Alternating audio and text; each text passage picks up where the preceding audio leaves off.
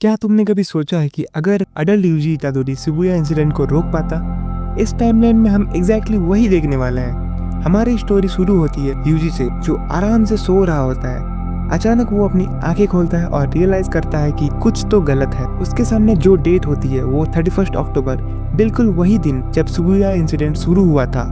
किसी तरह यूजी वापस भेज दिया गया है उसी मोमेंट पर जहाँ सब कुछ स्टार्ट हुआ था।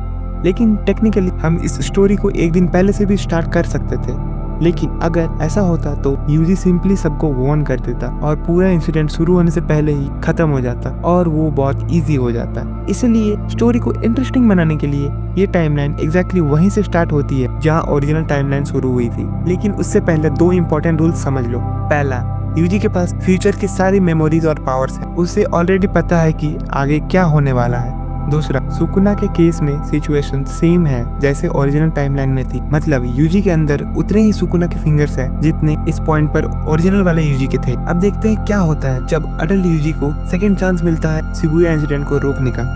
स्टोरी स्टार्ट होती है वहीं से जहां यूजी ओरिजिनली एक्शन में आया था। उसका पहला एनिमी होता है ग्रासहॉपर कर, वही जो उसे पहले अजीब इंटेलिजेंस वाले सवाल पूछ रहा था। लेकिन इस बार सब कुछ अलग होता है। यूजी फाइट स्टेंस लेने की भी जरूरत नहीं समझता, वो बस अपने हाथ पॉकेट्स में डालकर आगे बढ़ता है और 1 सेकंड के अंदर कर्स कंप्लीटली डिस्ट्रॉय हो जाता है। एक फ्लैश फाइट खत्म। यूजी तुरंत एक इम्पॉर्टेंट बात समझ जाता है, उसके पास टाइम नहीं है। उसकी सबसे बड़ी प्रायोरिटी है गोजो को बचाना। बिना हेजिटेट किए वो उस जगह की तरफ बढ़ जाता है जहाँ गोजो सील हुआ था। लेकिन जैसे ही वो वहाँ पहुँचता है उसको समझ आता है कि वो लेट हो चुका है। ऑफिशियल टाइमलाइन के अकॉर्डिंग गोजो 9:26 में सील हुआ था और जब यूजी शिबुया एंटर करता है तो क्लॉक दिखा रही होती 9:27, मतलब वो ऑलरेडी लेट है। अब यूजी डिसाइड करता है कि वो बाकी सबको बचाएगा।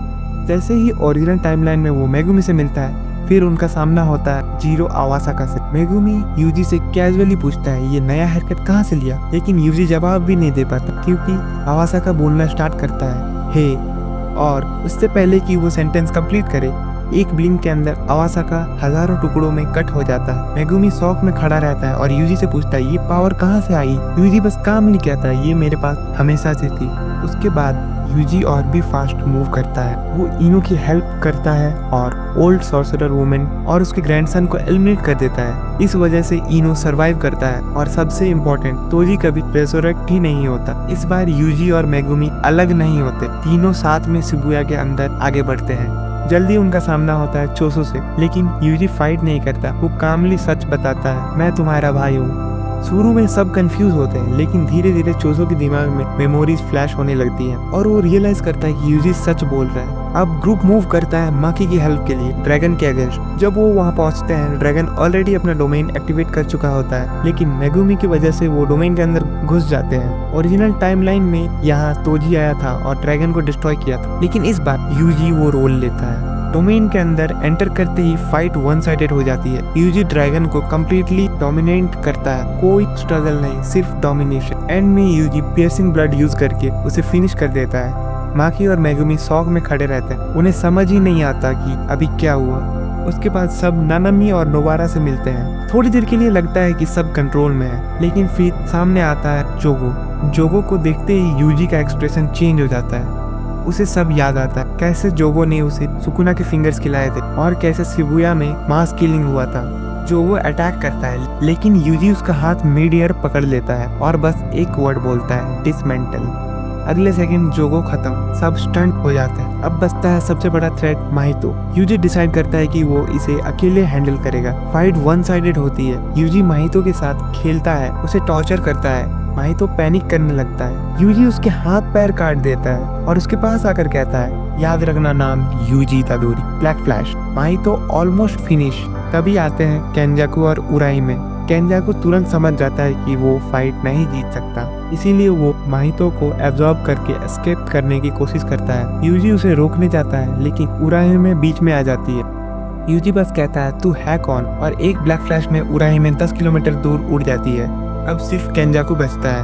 वो प्रिजन रेलम लेके भागने की कोशिश करता है, लेकिन यूजी अपना डोमेन एक्सपेंशन एक्टिवेट कर देता है। डोमेन के अंदर केंजाकू के पास कोई चांस नहीं। यूजी लगातार ब्लैक फ्लैश अटैक करता है और एंड में एक मैसिव डिसमेंटल से उसे फिनिश कर देता है। बैटलफील्ड साइलेंट हो जाती है। यूजी आगे बढ़कर प्रिजन रियल्म उठाता है। प्रेजेंट माहितो खत्म, जोगो खत्म, केंजाकू खत्म, शिबुया मास्कर कभी होता ही नहीं।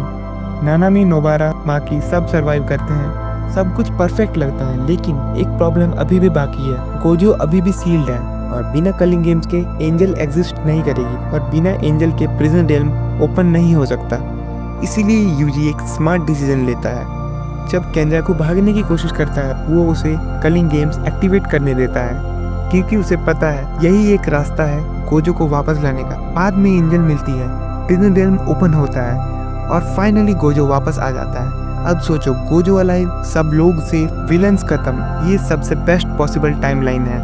और इसी के साथ जवाब मिलता है, क्या अडल्ट यूजी शिबुया इंसिडेंट को रोक सकता था? हाँ, सिर्फ रोकता ही नहीं, वो पूरी स्टोरी रीराइट कर देता।